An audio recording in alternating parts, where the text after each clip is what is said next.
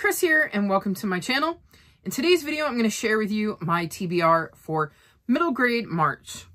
So this is a month-long readathon hosted by Krista, Katie, and Amanda. I'll leave all of the information in the description box below if you want to check out their channels or participate in the readathon. There are some prompts, but the main thing is to just read middle grade. So if you are reading middle grade in March, then you are participating.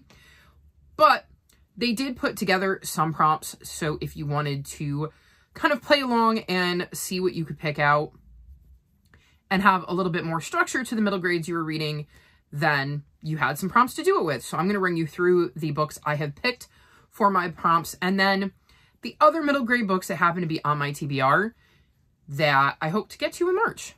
So the first prompt is one word title, and for this I'm going to be reading Fireborn. So this is a middle grade that I had been thinking about reading for middle grade March and had tentatively put on my March TBR. And a lovely viewer named Oz actually gave me this copy for my birthday. So once again, thank you, Oz. As you can see, it is coming in handy on another TBR of mine. This is going to be following 12, and 12 is a huntling. She gave up her name and identity to train in the art of fighting monsters. But while her fellow huntlings train it to keep the peace, 12 secretly builds her skills to take revenge on those who have murdered her family. Then 12's new home is attacked and all of her plans are thrown into chaos. Her mentor is killed and a fellow huntling named 7 is captured. 12 decides to rescue 7 alone, but finds herself joined by 2 classmate rivals and an ancient stone guardian named Dog.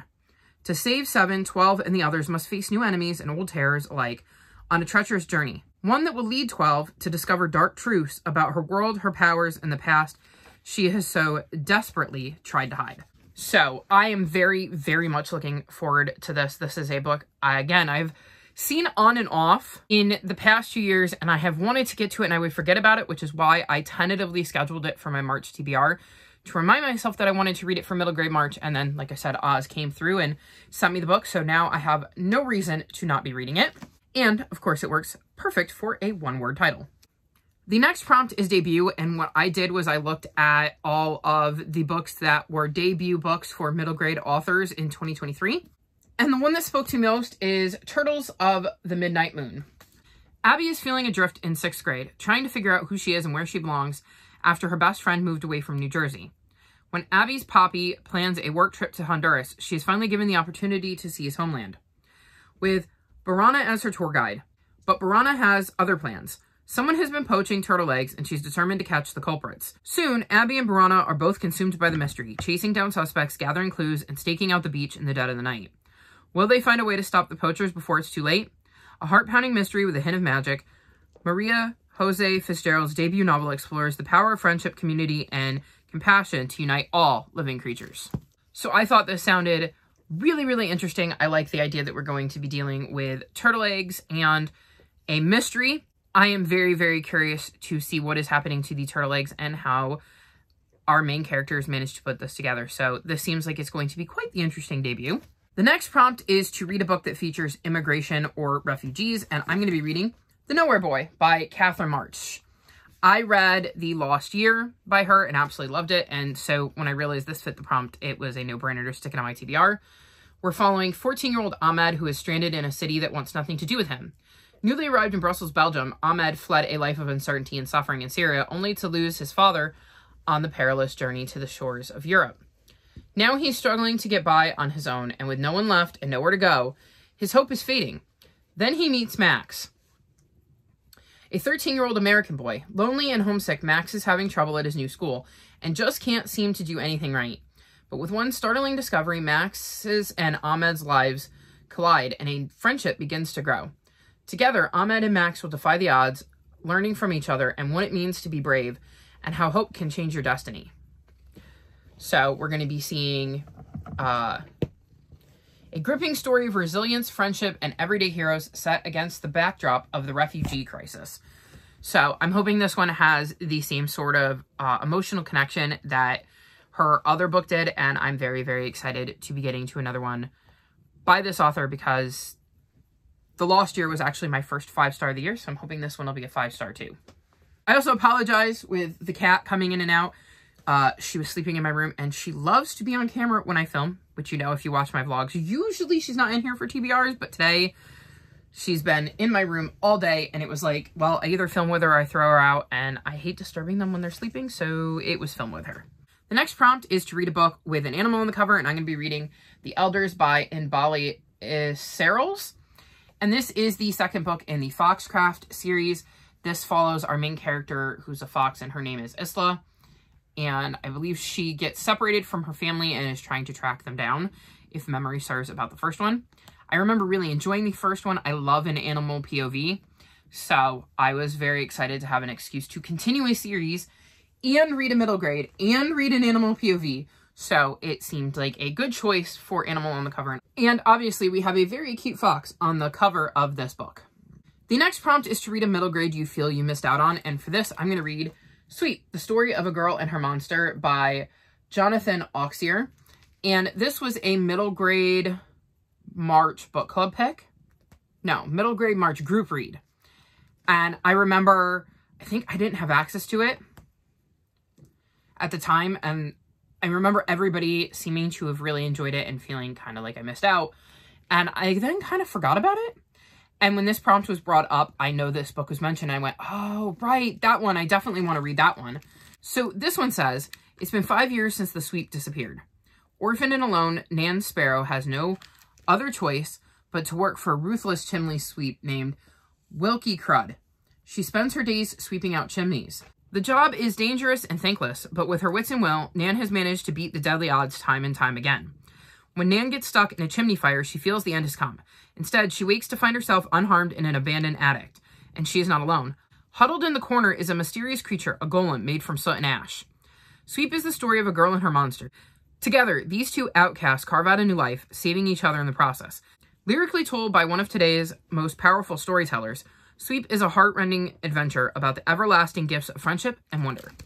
So yeah, this was a book I missed out on. I've read something else by Jonathan Auxier. I think it's called The Night Gardener, and I remember really enjoying that, so I'm hoping that this one is as good as everybody seems to say it is. And then the last prompt is to read a group book, and the group book for this round is The Mona Lisa Vanishes, a legendary painter, a shocking heist, and the birth of a global celebrity. So this was the moment that made the Mona Lisa famous, apparently, and this is a nonfiction. And I thought it was really, really cool that they picked out a nonfiction for the group read this year. So I am very, very excited to check this out and find out who stole the Mona Lisa and why. So that is my TBR for the prompts. I'm just going to quickly share with you the other books I'm going to be reading, hopefully, in March that happen to be middle grade. I'm not going to get into any details. I'm just going to give you maybe a couple of words if I know something about them. But these are other middle grades I'm hoping to get to in the month of March. First up, we have The Venom Spreads and Blood on the Plains. These are books 2 and 3 in the second arc in the Braveland series. And these follow, oh, I can never remember which kind of animals. Hang on. A gorilla, a leopard, and a gazelle. And they're living on the plains, and they have a lot of stuff that they have to deal with. I love these series. These are animal POVs, if that's something you like. Though I would suggest you start with Arc 1, because Arc 2 follows Arc 1. Next, I want to read Shouting at the Rain by Linda Millilly Hunt. I've read Fish in a Tree by them and really enjoyed it. This is a compelling story about learning to feel complete, figuring out who deserves your love, and making sure those are the folks you give your heart to. So, middle grade contemporary. I've got Crowfall by Vashti Hardy. This is an author of the Bright Storm trilogy, and this is following Oren, who is living on an island that's dying and everybody is at risk, and he and his robot friend are evading authorities to try to save their home. So, very interested in this one as well.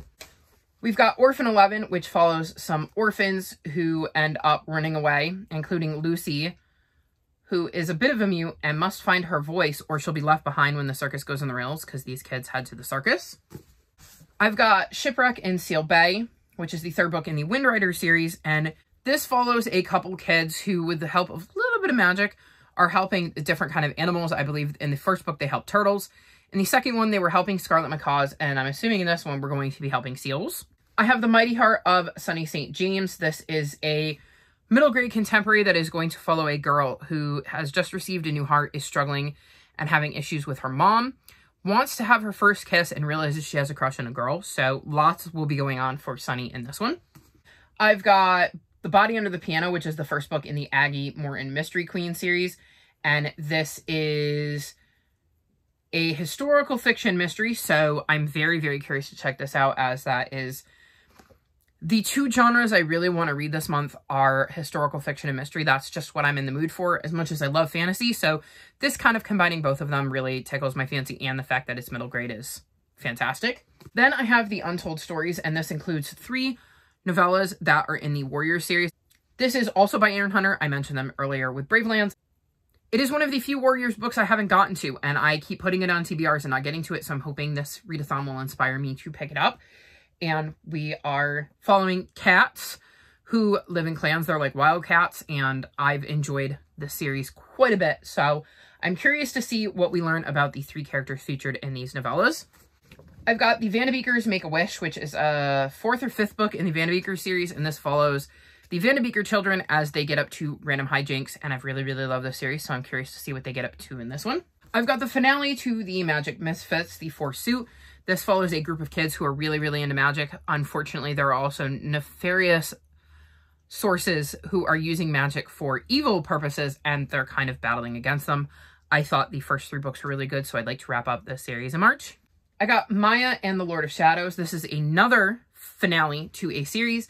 This follows Maya, who has the ability to travel, I believe, into like the Shadowlands, and she's been battling, does he have a name? The Lord of Shadows.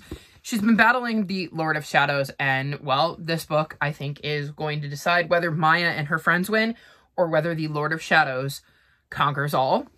Another series ender, The Last Book Wanderer.